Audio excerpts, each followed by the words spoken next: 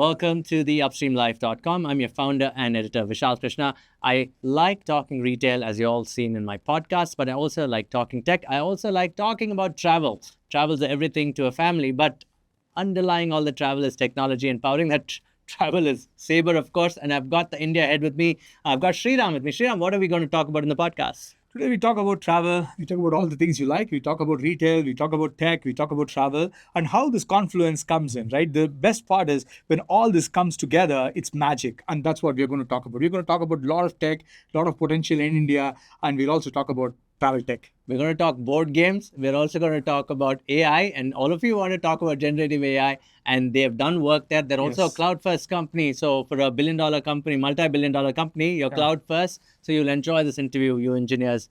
Thank you. Thank you. Thank you very much. I would say this is a very stark difference, right? People kind of compare companies as old as us, probably like the phoenixes, and everybody wants to work with the unicorns. I would say we are the phoenix ready to take on the unicorns. That's a good term. I'm sure the media guys will use it, and all the best to you guys. Sriram, thank you for being on the Upstream Live. Thank you, Vishal. I didn't know that Sabre powers half the travel tech behind. Yep. And my friend who will watch this, his name is Niranjan, he's been telling me about Sabre for a while now. And Niranjan, this podcast is dedicated to you. Man, I mean, if you look at it from travel to hotels to retailing, and let me cover the stakeholders: airlines, agencies, corporations, travel suppliers, hoteliers, developers, or engineers. We're going to talk about it. So what is Sabre? Okay. Sabre kind of runs half of the world's travel. When I'm saying half of the world travels, we kind of power any traveler to make a comfortable trip, right? Whether it's a national trip, it's an international trip, we kind of power it, right? Right from helping you get the right ticket, right? Helping you do a proper check-in, right? Helping you a smoother arrival there, right? Making sure that your flight entertainment is taken care, or your food services are taken care, right? To your crew is taken care, and so on, right? All the gamut of stuff that we do, right? We do all this. And when you go reach a destination, we take care of your hotel experience. We take care of your booking.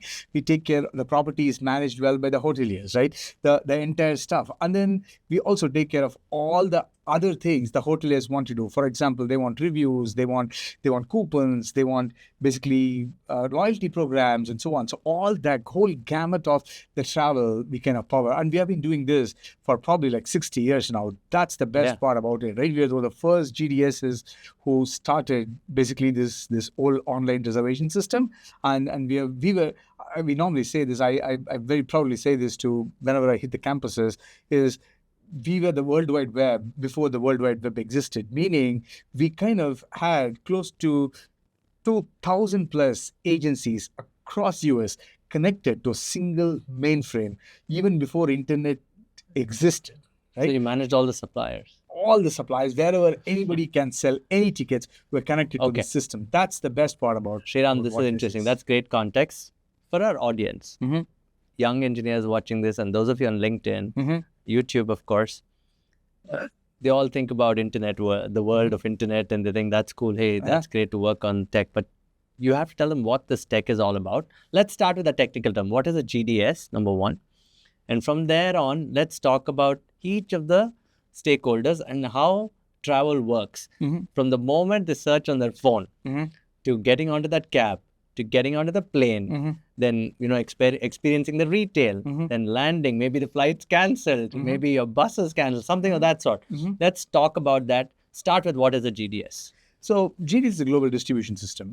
Distribution system. Yeah. Okay. So what do we do when you say global distribution system is the inventory that is there across all these airlines are managed by these GDSs. So we kind of hold all the inventory, whether you go to any of the popular B2C apps and start booking in India, you go to any of the modern OTAs and book, or you go to your regular trusted retailer who's there in your street and who has a travel agency and you want to use his services and book a flight, or you go to the airline's own website, right? So and book a ticket. So anywhere you book, you hit the GDS, right? We kind of supply or we kind of distribute the content worldwide. That's what is the main job, meaning we take one of the key stakeholders that he spoke about is the airlines, and we help airlines distribute their content and distribute their seats and distribute what is available with them.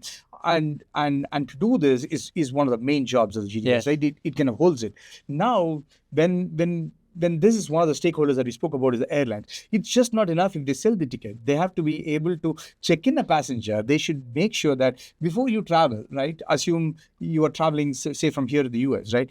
The US council, the border security force, right, or their whole travel association, the TSA, right, and so on, they would want to know who's coming in, right? So even before your travel starts, the moment you book your flight, book your tickets, when it gets confirmed, we send all this information back to them. There's like ton of stuff that happens in the background, because it is a very systematically lot of procedural, right? Lot of people who are involved, right? Compliances are involved with the whole booking and the travel that we do. All that is kind of handled by us, right? It's one big service that we do to the airlines, right? It's funny, we as customers or as retail customers, we don't even see these things. And that's the best part, right? You buy a car, you don't want to know how the engine works, how the fuel injection works, or how the braking works or anything. All you want is get in the car, switch on the AC and drive. And that's exactly what we do. We kind of simplify all the complexities behind travel and kind of help the airlines, right? One of our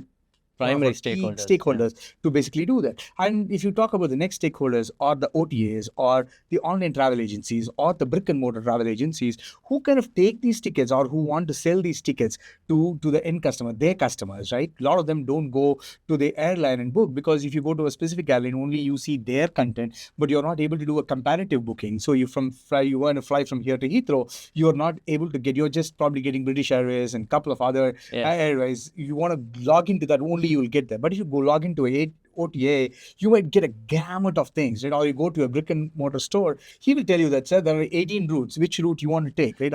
And that's how they discount for you also. And it one way it makes it affordable, and it brings the competitiveness into the whole business, right? So we power all the OTAs. So by a single click, and this is all technology that evolved long time ago, right? Now we are modernizing the whole thing, right? We used to work, or we still work, a lot of agencies and airlines across the world still work on a protocol or on a way we transfer message called EDIFACT, right? This is a very old way of doing it, but very sharp, right? What is that key term again? EDIFACT, EDIFACT, meaning that's a protocol kind of a thing that transfers, that helps people to transact. For example, an agency is trying to book a ticket, right, from here. Just for me, say for me. For you, a ticket right? For me, yeah. So for you, say from here to say Heathrow, London. So we do London, from here you book. So when you pass the ticket, all the complexity, right? It's broken down into multiple steps, right? It's broken down into several steps, and all those steps one after the other. So it's not a single database today that holds everything. For example, inventory is held by somebody, timing schedules are held by somebody, fares are held by somebody. It's all distributed, but this technology kind of makes your request into multiple smaller issues, commands, or payloads, and sends each of those and gets this data back and consolidates everything and send it back. So the OTA has a multiple choice now of airlines and hotels and everything. Everything. So they get this data multiple times. But now what we are trying to do with the new way of doing it, which is NDC, which is the new distribution capability. NDC is a new distribution capability. Where a lot of new things are added, which includes retail. It's better retailing, it's better thing, right? Like, I'll tell you a very simple scenario that you will get what NDC or what NDC is powering. Today, about 70 or 80 airlines have adopted NDC, and there are like 450 or 500 airlines, and it's going to take evolution. It's going to take time, right? Because of all the constraints that we have, and airlines have just come out of COVID, their operational thing, they're working around all that. But once they kind of adopt this, they get a lot of leverage on things. For example, today, if you book a ticket, say Vishal books a ticket from here to Heathrow, and you fly British Airways.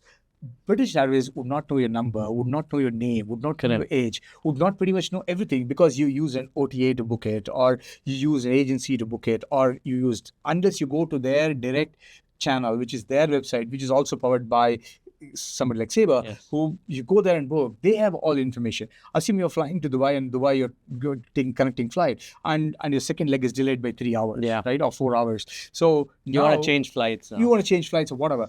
Today, for you to know that, or if there is a disruption, they're booking you in a different flight, right? You have to really call the agency. You have to call up the OTA, or the OTA should send you a message, right? You should have that app, and so on. But tomorrow, if that happens, British Airways would directly be able to speak to you, right? They would kind of have the data of the customer, and that relationship can do a lot of wonders. Whether personalized ticket, I know that Vishal always travel with his family. I know that he travels for leisure, right? So when you're traveling with you, your wife, and probably kids, we know that, okay, there are 4 people traveling. He probably would want, these are the additional luggage you want, right? Few other things. But if you're a single person traveling, I would not worry about more luggage or anything. You're traveling for business. Probably so there's a single point of truth now. Single point of truth and customized. That's interesting. So I don't have to call my travel agent. I would not even say customized. It's personalized. Right, so we go one step forward in trying to personalize it. I know that you like the vegetarian food, or you like this bread, or you like this. Got it. That can be served, right? You like that. So it's got to that level now. Yeah. So you can then say, book me at that hotel. There's also a movie theater and cinema nearby. We'll take care of all that while the flight's delayed. But right now, it's all in the in flight is what I'm talking about. Okay. But all those additional things are possible when we have other suppliers of this travel content ready to kind of integrate. Are they on board now? They're slowly coming up. It's not like many, right? Mm-hmm. Rails are there, cruises are there, buses are there. A lot of other people are trying to get into this bandwagon. But I'm sure that a lot of them would come. I'll tell you, since you asked about the whole travel experience, I'll kind of give you that experience of a travel experience. Assume you the same from here to Heathrow. You're trying to book, right? From your home to the Kempegowda International Airport, probably you're taking a cab service, right? If they come and kind of supply, and that's what we're working on. They work with us. They would be one of the suppliers of travel, and the whole thing we can make it seamless. Meaning, you can take the cab and come into the airport. From the airport, you can take the British Airways flight, right? You can check in through a counter. You have a kiosk, and all that is taken care. That's Kempegowda International Airport. That's it's all that digital now. All the content, it's seamless. All that is digital. And if you have a DigiYatra app, you have 3 apps, so you can basically go through those, all facial recognition, everything is taken care. All that is seamlessly integrated. And you take a vessel, reach Heathrow, and you want to go into your cab and go into a hotel. The hotel bookings are done, right? Assume when you're traveling, your plane gets delayed, you're not going to make it on time to the check-in. Automatically, in the same booking or in the same order, right? We could take care of the end-to-end. In the other words, if I have to say in the older ways or the current ways of doing, it's the same PNR that can take care of everything, not just the hotel. So today you have a separate booking for the cab, separate booking for the hotel, separate booking for the... which is a nightmare. It's a nightmare, right? Any one small change, assume you're going to stay one day late or you want to early checkout, you have to manage the whole ecosystem again. All that can be done. Assume you reach your favorite hotel and you want flowers to your wife to be arranged, right? If a florist is one of the travel supplier to us, we can order that. You can choose that, and that will be available in your room. And that PNR, I like this trick. The PNR is everything. The cab guy uses it. The check-in counter uses it. So we are slowly moving away from PNR, which is order world. But that's a NDC offers that, and we are trying to get into that way where there's more richer content that's available. Okay. So assume you go to Amazon and you're buying your coffee or you're buying something on Amazon, right? You want to order your favorite coffee powder or beans or whatever. Probably they show you where it is sourced. This is a garden. This is grown. This is how it is roasted. This is the person who packed it.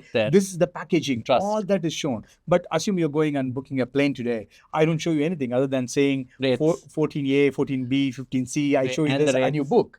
And the rates. But you don't see how the leg space is going to be, how the seat is going to look, or what your entertainment is going to be. All that is not shown. That rich content would be available through NDC, right? The whole experience, right? Whether it's the flowers that we spoke about, or you want to see your favorite cricket match in Lords, or you want to basically do the end-to-end. Everything can be kind of booked through this experience. So Sabre's powering everything. And that's the future. We want to really go there, and that's where today we are. Why is the system broken?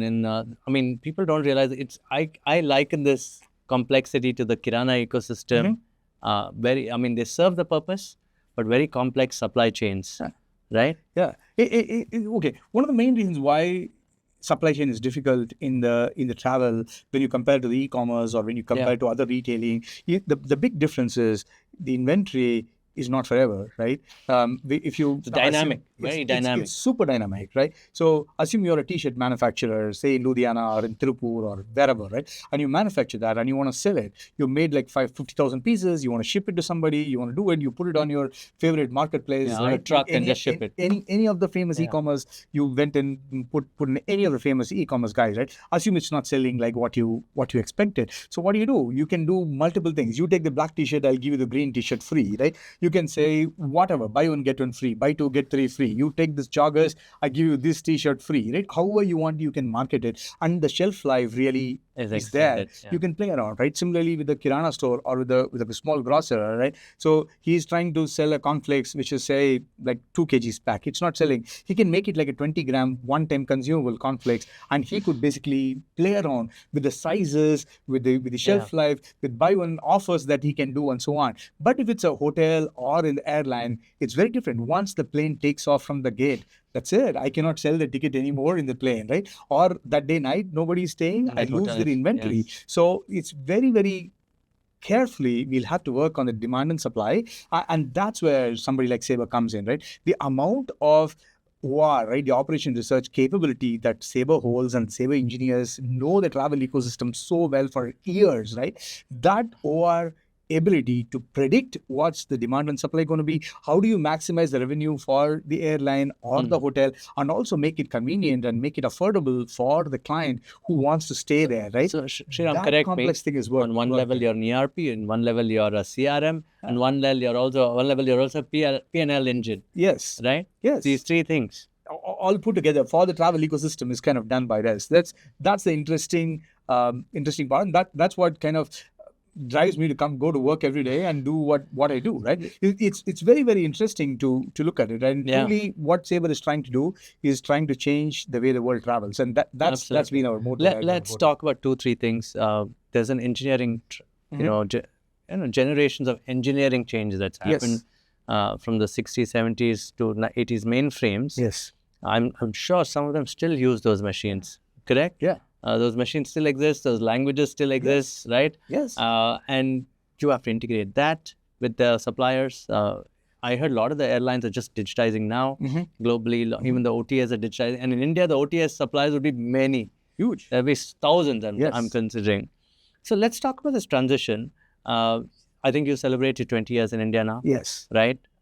If you looked at the technology 20 years ago, and you've given a great evolution that today we can do a single point of truth from booking to all the way to travel to experience. Yes. You're an experience company. It's an experience company. It's not a travel company. Correct. Yeah. So to get there, what is changing, or who is forcing that change on these suppliers, these OTAs, of course, these airlines and hotels, and maybe the retailers themselves? Is there a need for them to come together, or because they have so much tech that they buy? Yes. Right? How do you get all of them together? And what is the technological transformation that's happening? 20 years. Very interesting, right? See, if you ask who is forcing or who is the one who's doing it, it's the customer, right? Our topmost stakeholder is the end customer who's traveling, whether he's a corporate, whether he's an individual. When they travel, right, they find a stark difference between what they do online. They do an online shop. Today, we get our groceries in 7 minutes or 10 minutes, right? So to a booking, which is a travel booking, which is a very different experience they get, right? That is the gap that is existing, and that is what we want to fill. And after COVID, like, there's so much of emphasis on digital transformation. Everybody is talking about digital ecosystem, and everybody is talking about digital booking and so on, right? That is kind of forcing us to kind of get into this, and we have been working on this for the last several years. For example, you spoke about mainframe. Still, there is a portion of our technology still runs on mainframe, right? Which is rock solid, which has been kind of working for years, right? Yeah. It's been doing what it has been designed for and what it is doing, and it kind of has so much integration with the other airlines and all the work. Their accounting systems work on it, their billing system work on it, reconciliation. It's like a ton of other complexities that is tangled there, and that is one thing that Sabre has been consistently peeling one layer at a time and trying to move it out, right? So we started this journey several years ago, but I would like to kind of emphasize, right? And as I say, we have right from mainframes to Gen AI, right? The whole thing, the gamut we have that we can go to. When I'm saying the whole gamut is there of tech is available, I'd like to talk from 2018-19 to now, which is the big transformation we did. When we kind of took several of our mainframe or legacy data centers that we had, several of them across the globe, right? And moved everything into the public cloud, which is Google. Google public cloud is You moved to the cloud, did you? completely. Are customers okay with it? Are customers okay with it? They don't see much of disruption because they get the same service, they get everything, and we did everything. So would you say you're 80% public cloud now? 90%, 95% we are in public cloud. 95% of our compute is all in GCP, which is a big transformation. Just to kind of give you an idea of what we moved, right? It's not like a simple application that you move into the cloud, right? It's extremely complex. I'll just talk about the numbers there, right? We've probably shut down 19 data centers in the last 4 years. It's your own, obviously. Your own and managed data centers and across the globe that we had. We kind of got that down, right? And then Is it a private cloud, lock and key, or still public cloud? It's public cloud, GCP. We completely are in Google Public Cloud. We are completely on Google Cloud. So we moved 40,000 servers. We moved probably 400,000 CPUs. 50 petabytes of data. How many instances would you say? Yeah, 400,000. 400,000, right? It's unbelievable, the scale and what we have moved over the last 4-5 years. And the steadfast commitment to really move. And that has helped us in multiple ways, right? One is securely basically giving all the services to our customers, right? Making sure our availability is there, reliability is there. We are able to observe our platforms much better, right? And today, cybersecurity is one of the biggest things. So we get all the features that's there. Now, since we are in Google, we use a lot of their AI, their Vertex and their Gemini and their AI platforms to kind of work with us, right? And that's why we're going into this new term we are working on, which is called the Sabre Travel Technology, Sabre Travel AI, which is kind of taking the Sabre Travel AI is the new stuff that we've been working for the last 3-4 years now. A lot of new stuff that we When you moved, did your customers ever get disrupted? No. How did you manage it? That's where the engineering team comes in. That's the best part. The kind of skilling and the kind of amount of effort that our engineers have put to make this migration is just phenomenal, right? This is like you're talking about your car tire getting flat this morning. It's like you're moving, your car tire got flat and we repaired it while you're moving, right? That's how it is, right? That's how complex this is. When we kind of, without any disruption to any of our services, we moved. And not only moved, right? We kind of rewrote a lot of stuff so that it can take the advantage of the whole AI and the new cloud. You call it Sabre AI. We call this Sabre Travel AI. It's a very so basically that's the single ground truth, that one single point of view of the customer. And that's the journey that Sabre is building. So all the infrastructure work is basically moved to the GCP. That's the base foundation layer on which. But the application layers? Application layer, multiple layers are there. In each of this, there is a little bit of AI that is being put in, and that is evolving in a very, very fast pace, right? I know the infrastructure thing, you can use AI today, where the CPU, if it goes down, it's fixed by AI.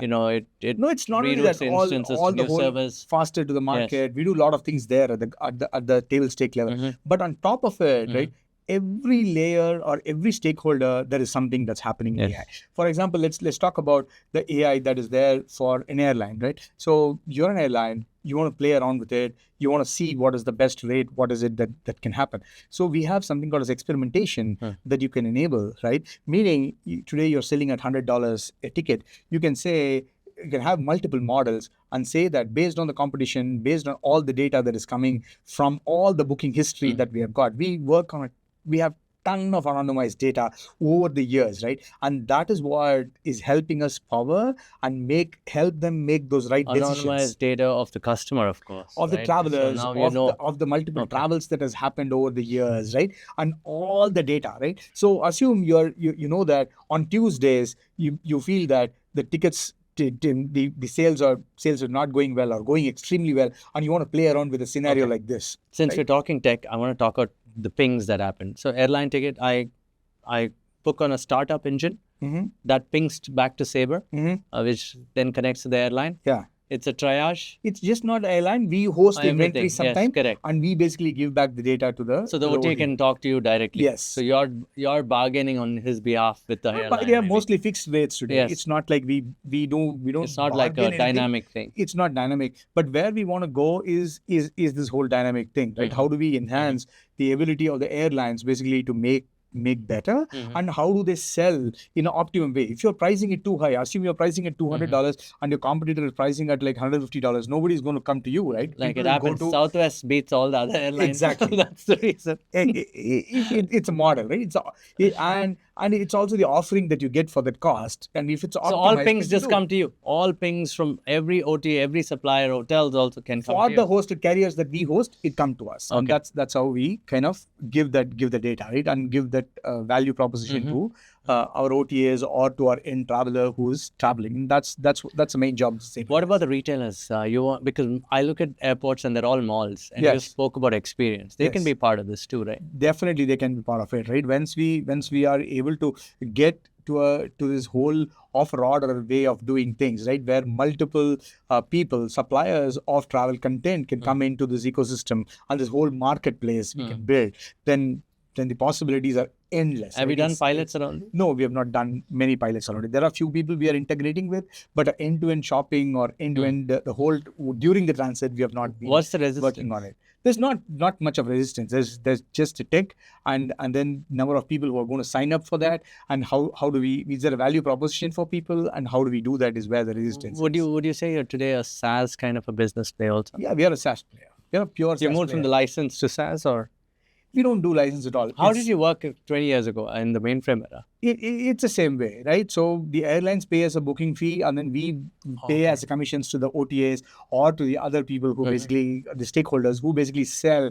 the tickets from us, right? We basically pay the commission. That's how we have kind of worked through. So it's been a business play rather than tech play early on with an underlying aspect of tech. Exactly. Now it's a pure travel tech is where we are going, and that's a shift, and the skilling of people, right? Whether it's a cloud, you speak about cloud. We are the second largest consumer of Google cloud training next to Google, right? That's the amount of skilling that we've done to our people. Number of people who are certified, right? Google certified engineers we have. Whether you spoke about the availability angle, right? Whether it's the availability of applications or the infrastructure, right? Or basically writing all this cool AI and cool stuff, tech stuff that goes on top of it. Everything is kind of done with help of the knowledge and the skilling that we've done to our people over the years. That's the best part about it. People who understand from the OR, from the old ways of doing things to the modern AI, Gen AI based thing, they transit, and that's the best part about that. Okay. Sriram, you've been talking so much on tech. So let me stick to what can India do for the world. Sabre has a big team here and quite a sizable team, 1,000 plus, of course, 1,500 plus. Yes. And you talked about migration to the public cloud, 90% of it. That's a bold move. And from there stems everything, infrastructure layer, platform layer, and the SaaS layer. And you're a software as a service company. You laid that out. And you have some of the best airlines and hotels. What is an engineering challenge? I mean, when you look at the talent in India, what are they solving for the world from India? Yeah, very interesting. Every aspect of the products that we spoke about, whether it's the hospitality, whether it is the airline, or whether it is the OTA, or whether it is a corporate traveler, right? So assume a corporate company is having to do their ticketing. We do corporate as a separate software by itself, and we do each and every stakeholder is touched upon from India, right? Purely from the engineering aspects of it, right? We have teams and we have dedicated people working on each of these verticals and trying to provide multiple solutions. When you say verticals, it'll be OTAs and airlines. It's just not. We combine airlines is a different vertical by itself, right? Then OTAs or the agencies is a separate vertical by itself, I would say. Hospitality is a separate vertical. Corporate travelers, right? Corporate companies who want to do booking and who want to do, because they have a lot of compliance, they'll have probably a budget, they'll have probably negotiated rates with the hotels, right? And so on. So all of those bookings can be done through us. So that's a separate platform for it. All these different stakeholders use different parts of our services, and all of that is kind of handled by engineering and engineers in India and across the globe. Okay, some of the modern work would include what? The cloud kind of the cloud one is the cloud. Now cloud, I think is behind us. Thank God it's behind us, I should say. Cloud integrations, let me call them. Cloud migrations. All the migration, kind of the basics are kind of 95% done, I should say. And we are optimizing a lot, right? For example, how do we optimize on the cost? How do we optimize on speed? How do we optimize on security, right? How do we... So there's a lot of optimization work that happens on the cloud. And how do we... By doing all this, what do we do to the end customer? Do we want to give reliable service to our end customer, right? When an agency is trying to book a ticket, assume you're calling up your agency and saying that I want to book a ticket. He cannot say, my system is down, I'll call you back in 15 minutes. You'll go to somebody else and book the ticket, right? So you have to keep these systems up and running and making sure you're tired, you're want to check into a hotel, you go there and give your passport and want to get in, and he says my system's down. I've I have had my those room ready. situations. I have my room ready, but my systems are down. So you're wait in the lobby for the next half an hour. I'll get the systems ready, then book you in, right? Check you in. So we cannot have these things, right? So we have to make sure that the services that we offer are reliable, and there's a whole big work that happens behind the reliability and the availability aspects of it are all happening out of India. So these are the kind of stuff that we do. And now moving into the data that we have. I spoke about the anonymized data that we've got for years and the amount of data that we've use got. for business now. So I would not say use it, right? So we can optimize a lot of offering. Optimize for offerings, right? Yeah. Okay, So whether a personalized offer, right? Whether you want to price it right? So you can check, right? So are the customers okay with that? They're okay with that. That's the best part, right? And these data are anonymized data that we have got. It's not like data that is proprietary that we use or anything, right? They are anonymized data.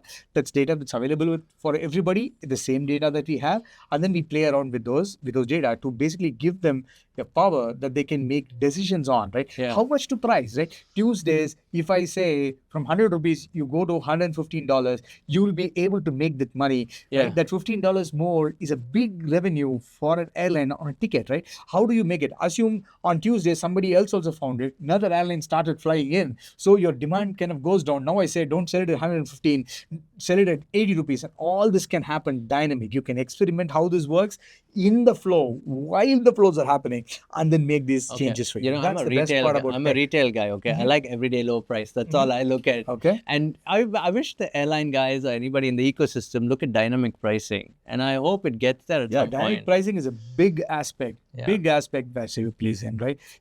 And that is one of the very important aspect as well, because finally we have to, the airlines have to realize, right, their revenue. The OTAs have to realize their revenue, right? And people like us should be able to make the revenue out of it, right? And the traveler should be able to get it at a competitive, good, valuable price that they can get. And today, a traveler is just not looking at price, for example, right? Experience, Of course, one is price, one is the experience, right? One is how personalized this offer is to me. Whether you search, I search, or Manju searches, or anyone searches, the fare or the detail that comes across is the same, right? It's the same list of things that you have to choose from. But if I can personalize, I know your persona, I know you're traveling with kids, right? I want to give this offer to you, right? Today, those personalization aspects and all that. The other thing that today the travelers are looking for is also how much carbon neutral I am, right? How careful I am with the environment, right? I want to know what's the carbon footprint that I basically use when I'm flying from here to there. Are there lower options, sustainability angle that I can use, right? So there are multiple angles today the customer wants, and all that is provided by Sabre. I wish if the customer looks at sustainability, then they have to get rid of first class and business class. That'd be so funny. No, I'm just saying this, but it's true. But do people pay for these kind of things? This kind of sustainability kind of thing? Yeah. It's not pay, right? See, it's a very important thing from an airline and from world perspective. We really have to keep the planet safer for our children, right, and for grandchildren. We have to be very careful in the way we be responsible. From the crockery that they present, from everything, right? From the wastage in the hotel, right? I'm like, how do you optimize on everything? For example, do they ask these things, the modern customer? Yeah, they are. There are people who are very particular about it. For example, there are people, right? There are hospitality industry you go into. This, for example, you go into a hotel, every time they give you a nice big 100-gram soap bar that you go in, right? And 3 of them and are all get wasted. And all of them get wasted. Probably you open it, wash your face once, leave it, right? How do you basically optimize the waste? Because it kind of consumes a lot of energy of the world to produce those things. How do you basically keep those It's funny, we're not just talking bookings, we're talking about the experience now. Every touch point the customer needs. And people are looking at those, right? And Sabre is looking at how can we provide those while booking. Can I share these with you, right? Can I say that this hotel basically is sustainability conscious and they are using lesser carbon footprint? Can I give those details to them, right? Wow. Are things that we are but that's a lot of hard work. Can that be solved from an engineering standpoint of view? Definitely, right? For that, the network has to be supportive. Network has to be supportive. There are other people, the end people who basically collect this data. There's a lot of data collection that is required and feed into the system. And it's security. They say, hey, that's my customer. Exactly. The Taj guys versus the Hyatt guys, or versus the Marriott people. We don't kind of share any of these information across each other, but if there are aggregators who are giving this information, we try to take this information and provide it. And what is the success for them in the end of the day? A sale is a success, would you say, or an experience is a success today? I mean, I'm just as a futurist kind of thinking. Today, definitely a sale is a success. Is how it is, to be honest, right? But where we want to move across is to the experience is what the success would be, so that your loyalty becomes higher, right? I'm like your predictability becomes higher. You build the trust, you build that relationship, right? And that's what all the airlines in the world want, right? I all the time tell this to people, right? It's a very interesting way to basically look at how we have to solve it, and we have to relook at things and the way we look at how to do it. For example, you get onto a plane, there's a safety announcement that comes in, for example, right? I'm like, today, we are not working on it, or airlines, or probably airlines should start looking at it, I would say. The interesting thing, you get into the airplane, every time you fly, right, and probably you've taken hundreds of flights in your life, and on these hundreds of flights, every time you log in, there's an announcement that comes in. This is how you buckle up, right? Your seatbelt. This is how you unbuckle. So you have to put your safety mask first. Then you have to put it for your child or your elder next to you, right? And like if the oxygen pressure, this falls on all the. I'm sure every time this is shown. I don't want to get into that situation, but you're right. I've heard that million times, right? And all of us have listened to, right? And airlines want great relationship with the customers and want to do it, but we do this 5 minutes, 3 minutes. Every airline does do it, and a lot of them do not even care, where is your floating device, and you don't really care about those and go, right? So assume an airline or airline is having a seat that is an experience. So while you're flying for 8 hours, while you're away, the air hostess comes, takes you to that seat, makes you sit there, gives you an experience, gives you a certificate that you don't need to listen to this for your life, right? Or whatever. That's right? a good experience. 5 years, that'd be good. It will be a great relationship building, and these are experiences, I would say, right? And every aspect of this should change. So now you know whether oxygen mask was you have to put it for somebody else, and this, and that would make you give confidence. I'd agree with you. Not just a checkbox. From the 80s all the way up till 2015, I see the same thing. Then you started the screen kind of plays, with different actors. I mean, I think BA did it. They brought in a lot of actors. Everybody started doing it. All the international flights, even as a personalized entertainment system, have it today. But still, right? I'm saying, but the certification thing is great. So there are options. There are opportunities to build each and every aspect of this as an experience. And tech is a leveler in this, Definitely. And I think when you talk about the talent here, the generative AI that everyone talks about, I have to bring it here. Because they say that it's helping engineers build code faster. It's helping marketing write copy faster. So how do you see that technology play a role at Sabre? It is a big aspect. So while we are talking about this... Is it truth, or are you using it, deploying it? We are using it. Okay. So we have 1,000+ developers who are using generative AI to basically help write code faster, right? But there are a lot of other compliances and things that we have to be very careful when we do this securely in an environment that is contained, so that we can do those things, right? And those things we are taking care of. But definitely Gen AI is helping us write code faster, or helping a marketer write a copy faster, or for anybody, right? Even I'm like, it gives you the data, it powers you. But all this is basically on the data that you basically have, and so how do you the data that you have. Exactly. And how can we power each and every segment of it, right? How we can touch the hotelier, right, with this data, right? How, for example, you want to check into a hotel.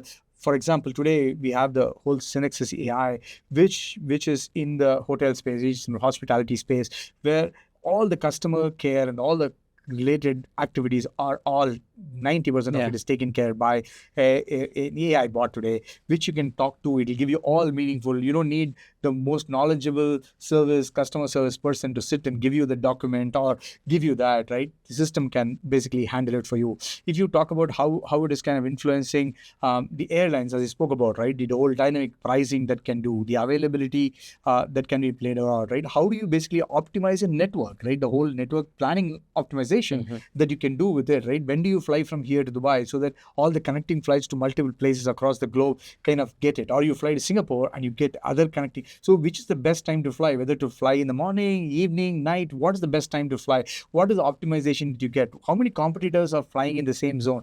How do you kind of optimize to each of this? So there are work, right? And look at this, right? So today I spoke about just the seat, right? Today you buy a seat, and everything else is an ancillary that is sold, right? Whether it is the leg space, whether it's the food that you order, or the in-house entertainment, or a Wi-Fi you want while you're flying, and everything. Now all all the aspects, right? All the aspects that we really spoke about can be bundled and offer a great rate to you. I know that you're traveling, you're a business traveler, probably you're like flying, you've flown like 3-4 cities across multiple time zones. I would say probably Vishal would want 6 inches more leg space. He would not mind paying an Excel sheet. I'll directly personalize that offer and give it to him, right? I don't want an Wi-Fi for him. I don't want him to be disturbed. So I will do that. I think from an Indian perspective, we have to get there. I still don't see it other than a couple of hotels. Yeah. The airline guys haven't done it at all. And that is where we are trying to make sure that they are able to bundle the ancillaries together, bundle these kind of features together along with the seat, and try to make the experience wholesome. That's where I mean, look forward to this. So all these guys were watching this, the engineers. Do you go to colleges and talk to them? Or what's your approach? So we do a lot of work with college, right? Right from we recruit every year. We have a great campus program that we recruit. We don't recruit large numbers like a services company, but we go and recruit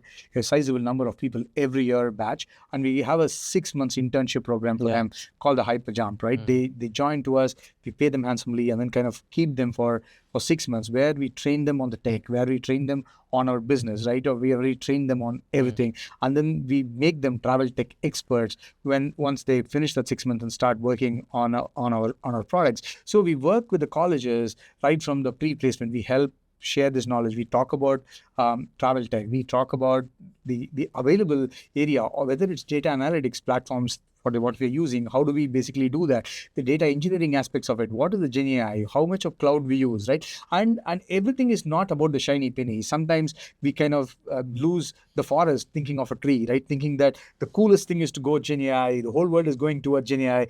I also want. Yeah, it shouldn't be me. It's again like I want to be part of the herd kind of thing, but it shouldn't be that. It's not that, right? So and how much you need, and what are the other tech that's options that is available for you, that where you can make a great career in tech. It's not that you have to go behind the shiny penny only, right? So what options are there, and how do we do that? We do work with them, right? And for a few colleges, we even work with in setting up their curriculum. Right, so work with the college and saying that these are the things that you have to add to your curriculum, right? So that we make the engineers, when they come out, more productive and easily usable with industry. So what are you working on? Python, Ruby on Rails, because you're also a mainframe company. You're working on all technologies. And like so the stack is on everything. We have a huge tech. Now the modern tech stack, we are trying to minimize it, optimize it, and so that we are able to gain the. So you're using Golang and everything. That's a good language. Yeah. So we use the whole tech and the modern tech that we are writing, or the migrated tech that we're doing in the cloud and all that. We try to stick to fewer technologies, make sure that it's scalable, it's faster, and so on. So those are the aspects that we are trying to bring the engineering discipline into this. What about your application layer? I mean, most of it is Java. Most of it runs in Java. So that's what we use. We have C++ code. We have like ton of code that runs, but all the modern. Would you say Java is static or dynamic for you? Dynamic, right? I mean, we do a lot of work in making sure that the tech that we use is kind of used for the next 15, 20 years, like what the mainframes have existed for this long, and the tech that we write now is also kind of scalable for years to come, and we don't rewrite every 2 years, 3 years, right? That's what. So would you say they're working at a core engineering company, and that's the peg, right? It's the biggest thing, right? I would say this is a pure play tech engineering place, right? We do a ton of tech, ton of engineering, right, that powers all these cool features and availability and everything else to our customers. But our key play is the tech play, right? Whether it is core engineering, whether it is designing, whether it's product engineering, right? How do you basically, which feature to build, what will be the most used feature, right? To how do you basically go along with the industry? How do you basically take your airlines together? How do you take your OTAs together? And this ecosystem has to evolve. There's a lot of stakeholders here, and we have to kind of take them all through the tech, and the common unifier is the tech. Okay. I want to talk a few more questions left. The global travel ecosystem, with the way things are moving, I mean, fractured globalization, how is the travel space evolving? In one level, people saying that there are more Indians traveling to Southeast Asia than Europe and America. It's very interesting changes happening. How do you see global travel shaping up, and technology play a major role? See, people have to travel, right? This is one of the most common desire for every human being for millennia, right? We have kind of moved out from our roots. We have moved out from our villages. We kind of moved, and people want to travel, and travel is an inherent thing of every human being, I would say, right? So to meet your friends, to meet your relatives, to meet your colleagues, right? To do business, people have to travel, and travel would exist, and people would want to travel, whichever way, how tech evolves and where it goes, right? People have to travel. That's interesting. So that's going to stay, you're saying, regardless of the fractured power centers, whatever. Definitely, that is going to stay, and it'll normalize, I feel, right? More people would travel. For example, India, if you talk, right, the number of airports, we're planning to increase it by 300%, right? We're talking about 250 airports coming up in the next 5 years, 4 years, right? The way everything is competing, just on the travel, on India topic, right? You basically speak to Honorable Nitin Gadkari, the National Highway, right? You talk about it, the kind of transportation, travel options that he is talking about, like 3 hours travel from one place to another, right? 2 hours from Delhi to Jaipur, right? 3 hours from Chennai to Bangalore, right? You take the way that transportation and travel is taken care. You talk about the whole Ashwini, you speak about in the railway segment. We are modernizing everything, and travel is like the inherent need, right? And you talk about the people who are traveling in India, right? I'm like becoming so affordable, right? Flying is becoming so affordable. Airports are super crowded, right? Even any day you go, all flights are booked most of the time. All flights are booked, and people are traveling so much. And just imagine this connectivity going into the B cities and C cities of. So you're saying local travel is also going to explode, so will international travel for Indians. And every company would want to do business here because of the growth in travel that we are looking at. So that's why the OTAs are key for you. How is that ecosystem? And I again say that they're like the Kirana, so they've all grown. Some of them are huge, right? They're big. They control a large portion of how they distribute, how people consume, or where people go and book today, right? And today, the modern Indian, right? Like the Gen Z, you talk about everything is in touch of the fingers, right? Like whether it's grocery or everything, they want that kind of experience, and that's what the OTAs are powering as well. And the back, we are very glad that we are able to power the OTAs basically to deliver that kind of service to them. How many OTAs in India? Do you have a number? There are a lot of thousands. Not thousands, probably. The top ones would be sort of probably 25 big OTAs would be there. The big guys would be. Okay. And what about the e-commerce guys? I mean, let's say e-commerce, the ticket platforms. There'd also be an OTA in a way. No, everybody wants to do retail. I would not say OTA, right? It's a slightly different thing. Everybody wants to do retailing, right? Every airline who is flying wants to sell hotels along with it. Every hotel wants to sell a booking, airline booking, right? I'm like, you go today, you talk about the Paytm, you talk about Zomato, you talk about the marketplaces any of these guys have, right? They started off as a simple booking, whatever, right? App that rides on top of UPI, and they were helping you consumer a transaction or financial transaction. But they're now adding layers on top of it that you can do things, right? So everybody wants to get into this retail bandwagon, and Sabre would be in a great place to really supply to all of them and make this ecosystem grow, right? So that everybody need not invest and everybody need not do the whole tech, and we can solve it and people can use it, is how I see it. That's simplified, very nice. And you also have hospitality as a sector. Yes. How's that doing for you? It's doing exceptionally well. Last few years, last 3-4 years, the kind of growth that we've seen in the hospitality is just phenomenal. How many hotels do these hospitality? Hotel chains is what we do, right? We are basically completely powering Wyndham, which is the largest hotel group in the world. We basically power them. You talk about India, Taj Hotels completely runs on us, right? So it's just not what you call the CRS, right? It's not just the whole retailing engine or like the GD's equivalent of it, where we are distributing the hotel content. It is not just that. We take care of the entire property management system, meaning right from the utilities, cleaning to check-in to everything is kind of handled by these systems, right? And that's been doing phenomenal. So your Sabre will integrate with their in-house systems. Or replace few of them in our systems, right? And they have something good. We'll work everything from accounting, billing, everything kind of is kind of taken care by these systems, and that's the best part about it. So they don't need to have multiple systems. So assume you're a Hyatt to the world. Right now we are working with Hyatt. So multiple Hyatt can have franchisees across the globe, and everyone will be using a different system otherwise, right? Trying to standardize it, trying to get. So that's why your single point of truth for customer, complete experience. Exactly. And therefore the hospitality piece works. And it kind of powers this in a much better way. And in the hotel, right, today, if you talk about hotel, right?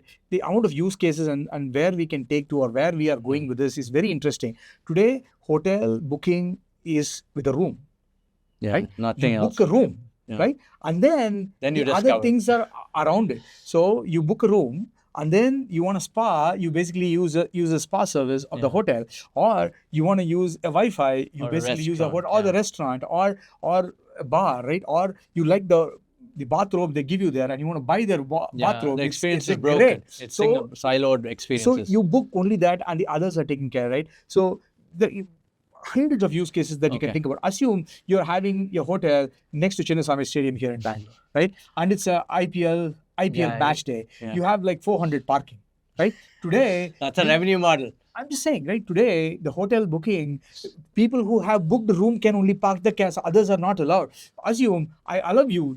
You're not a hotel customer, but the hotel is just selling the parking for 8 hours, right? The IPL is happening. You log in at 2 o'clock, log out at 11. But you have so much because of the restaurants. People come and have real food later on, drinks later on, celebrate. The other things are bundled, but even ability to sell a parking separately as a resource that you have. The parking itself is a killer, because the moment you buy parking, you'll go and say, let's go have a drink there, let's have food there. The other things are ancillary to it, right? So, and the ability today to sell is not available. Wow. So how do we provide it? If you want to book a hotel just for 2 hours today. Yeah, tell me about it. It's tough, man. Right? It is really tough. Those are the options, right? Making this truly as an unlimited SKU, right? I'm like, this is available. The bouquet is available. You pick what you want. I wish Sabre all the best. Now, I want to ask you a couple of personal questions. Please. You've been in the industry. You've been a cricketer and you were younger.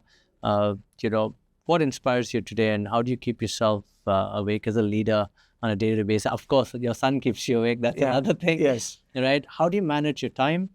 Do you get inspired by movies and books? If you can suggest a few, I'm happy to read them myself or suggest to my audience. Sure. One of the key things that I think keeps me busy, I would say, or keeps me wanting for more or looking for newer pastures, I would say, is basically not doing anything. I think that is the biggest thing that I discovered a few years ago, is to kind of keep away from all the consuming data, consuming stuff that you're already always putting into your head. I think if you normalize that and limit yourself, say, I'll listen to this content an hour or two, whatever is your preference, right? Or entertainment or whatever. Today, you drive across, you see like 800 billboards, you want to buy that bag, you want to travel there, you want to see that movie, whatever, right? And then you sit home and you watch a YouTube video that are like, unbelievable things that go into your mind by that. What a contrast. You work in a travel company, but you want to relax and unwind like this. Yeah, I'm like, just be That's yourself. You. I got it. That's you. Just be, as they say, right? You can always take a villager out of a village, but you can never take the village out of a villager. Yes. That's the leader Sabre needed. As a leader, you got to. What would the best word to use is detach? Detach, and it'll help you, basically give you focus time. Yes. Think on your biggest problems you have, solve it more maniacally, right? Rather than you kind of get too much distracted. I would say that. And you talk about books. I read a gamut of stuff, right? From what inspired you? It can be Tamil also. Yeah. It can be English too. I would say a lot. Yeah, I read a gamut of stuff. I read a lot. Right? What would you recommend? All the time. I would say a few books. If you which one? Ask me what would be it, right? The Zen and the Art of Motorcycle. Okay, that's a good book. Okay. That's one of my best books that I've read, I should say. And for business people, I would say people listening to it, even though they are like, probably I read it 15 years ago, still relevant, is the blue ocean strategy. Okay. The long tail, right? People who want to get into content creation, looking at YouTube, looking at the different model. Yes. Long tail is a great book that kind of talks That's how about the Saas businesses got built with the long tail. Yeah, right? The amount of customers that we see are huge rather than the top few people take. The big guys take the big pie probably, but the pie is so large that there is so much of requirement that is available. And what can you do with it? How do you basically look at it?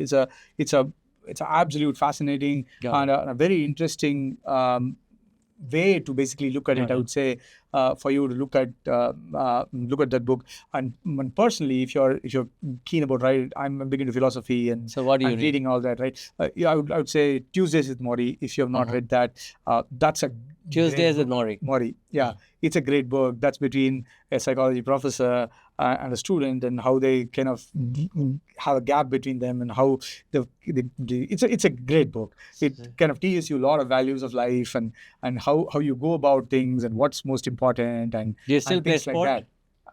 Yes, I do. I do. I With know I don't the- look like, but I do. Yeah. Do you keep your son busy with sport? or Yes. reading? Yes. He started playing cricket, which is what I grew up with. So it's very interesting. He's just started playing just basic nets and things like that. It's interesting to kind of do it. The best part about sports, right? I would not even. I kind of broaden it, right? And like with the age, I would say this. I think probably one is the sports that you play brings this competitive spirit. Even though he's your son, you don't want to lose to him, right? That it's kind of ingrained into you. The competitive spirit is super important, right? And you kind of get your best self out when you're playing a sport. I think you're the best when you kind of do that.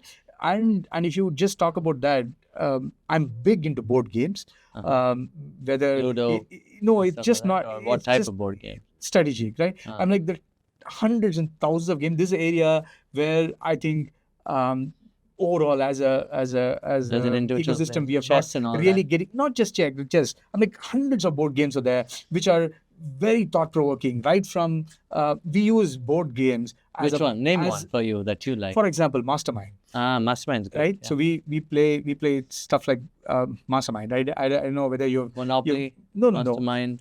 Mastermind. We play. I don't know whether you play Traffic Jam. I have not played. I'm a physical guy, so I play physical so sports. so these are very interesting. A Ticket to Ride, right? Catan. There are a lot of very interesting games, so involved, so much of strategy, right? So and big into gaming, right? It gives you a lot of perspective, right? A lot of things that you get in a physical sport, other than your sweat and things like that, you kind of get in this, right? So I use this extensively in our recruitment. So whether we go to colleges, we have a gaming round, right? That's very, very good. Where we kind of, at the final rounds, when we are having the top 10 that we want to select, 20 you want to select, we all going to play a board game. And if I ask you, I'm like, tell about you. So you'll say, I'm competitive. I'm team but the spirit. board game decides I'm a team player. I'll given anything for the team. I'll do this. I'll do that. But seeing is believing. The board game. When you actually play cooperative games, so it's just not competitive games. Now there are cooperative games, right? Where you work with teams. The teams are not fixed before. It's all dynamically. You form teams and you play, and you don't even know he's your partner. And the end, you'll know when you win or when you know that you both are playing together. It's a good hackathon kind of a thing. It's a very, very interesting aspect that we use extensively. So sports and games are very integral to us, and I use it in day-to-day business heavily, even for the senior most recruitments that we do, right? I normally do an interview playing a board game, or having a casual discussion for a few minutes, then play a board game with them to understand a lot about them. It kind of tells so much about the person. So I look forward to coming to your office and playing a board game or a coffee. We have some great people who play really well. I'm sure I can tell you that since I try to make it my best. Please do. It's interesting. So guys, check out Sabre. Guys, if you haven't checked out Sabre, you should go check the website. And it's a great place to work. So thank you so much. Thank you, Shal. Thank you.